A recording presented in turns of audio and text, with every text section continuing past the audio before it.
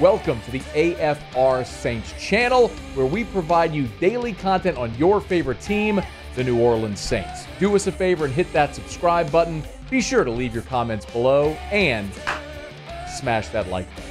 Who dat? CBS Sports today released their top 25 NFL players 25 and under. Top 25 guys aged 25 and under. When you ask yourself why the 25, the age 25 cutoff, they say most top players enter the NFL at age 20 through 21.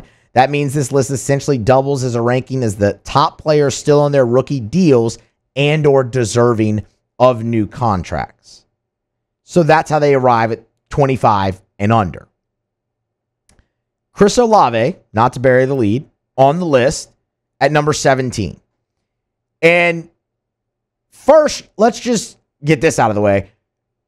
Chris Olave absolutely deserves to be on this list. Like, you should not be surprised that Chris Olave is on this list. The guy has had two 1,000-yard receiving seasons for the New Orleans Saints, with Andy Dalton and Derek Carr primarily throwing him the football and Pete Carmichael calling the offense. He deserves to be on this list. But when you look at the New Orleans Saints and this offseason, and man, it hadn't been the most fun offseason, obviously, so far for the Saints. There's been some level of intrigue there, but a lot of it's been plagued with a lot of pessimism, really negativity, if you want to get down to it. The expectations are very low, and deservedly so. Deservedly so. But something everyone's kind of asking is breakout guy, unknown. Filling in for Matt, we did a segment on Rashid Shaheed in that vein. Of why Rashid Shaheed could be the breakout guy. ESPN listed A.T. Perry as a non-starter to know. Everyone's trying to find the breakout guy. Why can't it be Chris Olave still? Is it because he's had two 1,000-yard receiving seasons? Like, is that enough to just say, oh, he's already broken out? I mean, I don't think so. Like, sure, he's proven that he can kind of be a number one, but he hadn't really had that, man, good Lord, you see what Chris Olave is doing down there in New Orleans? Why can't it still be Chris Olave?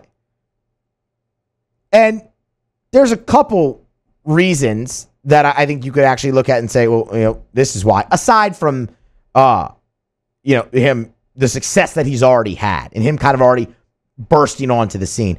Number one, if the New Orleans Saints are going to do anything offensively, the offensive line they have to figure that out. Pro Football Focus today ranked the Saints dead last, number 32 offensive line unit. And we know the reasons why. I mean, Ryan Ramchik's probably not going to play. Cesar Ruiz hadn't graded in the top 50 in the league yet since he's come in. Like, it looks like 3 former first-round picks. Really, 4 former first-round picks. You throw in Trevor Penning. But they have to get that figured out for them to really have any success. Then you can get into Derek Carr and whatnot. And that's kind of the other reason where it's like, why can't it still be Chris Olave? Or why are people maybe not looking at Chris Olave in that light? And it's like, he's still got Derek Carr throwing in the football. You expect maybe some type of jump, but can you really expect that more than a decade into his career now? But when I really look at it and say, why can't it be Chris Olave? And why I think that it maybe should still be looked at as Olave being the guy who's going to break out in this offense for the Saints this year under Clint Kubiak, is there's kind of one area of his game that hasn't totally taken off yet. That could really put him over the top and move him up on a list like this. Because that's the other part.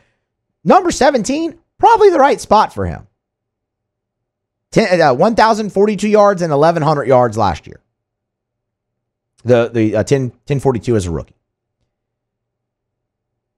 Chris Olave himself has gone on the record. He was on the NFL Insiders, I believe, on the NFL Network, And they asked him what he's looking for in his game. This is what he said. Just going into this offseason, knowing that they believe me as receiver one, and I'm excited to get to work, but just trying to take that next step forward and trying to go from a good player to an elite player. So just trying to be consistent every day and put in the work to be able to be one of the top receivers in the game.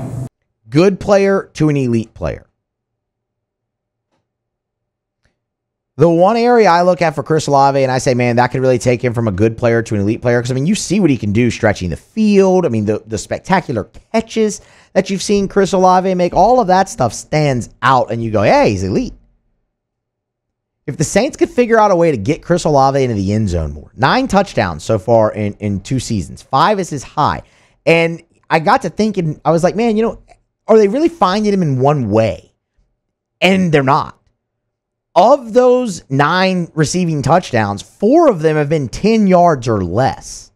Now, 3 of them have been 25 or more. So you definitely have that stretch the field, downfield threat, you know, standout guy that we know. But he's such a complete receiver that you can look for him more in the red zone. And the Saints struggled mightily in the red zone, obviously under Pete Carmichael. And that's something you look at with Clint Kubiak that he's heralded for. Is the red zone success. Maybe not just him, the Niners offense, right? But what you always hear about with Kubiak is getting his best players in position to succeed, scheming guys into their best spot. I'm fired up to see what he can do with a guy like Chris Olave. Not just stretching the field, but when the field's shortened in the red zone. Can you figure out a way to make him the guy that gets the ball? Because you know how he's reliable. Can Chris Olave go from 9 touchdowns in 2 seasons to 1,400 yards, 9 touchdowns in 1 season? He does that, I'd look at that and go, okay, yeah, that's a breakout year. That's what you've been looking for wide receiver number 1. Not that he hasn't proven he can be that guy. He has. But you have that type of step up in production where you add 300 more yards and can maybe equal your touchdown put out. You shoot up a list like this, it gets you closer to getting paid again when your rookie deal ends, and you become the franchise at that position for a team. Very excited, very curious to see if Chris Olave can become that guy.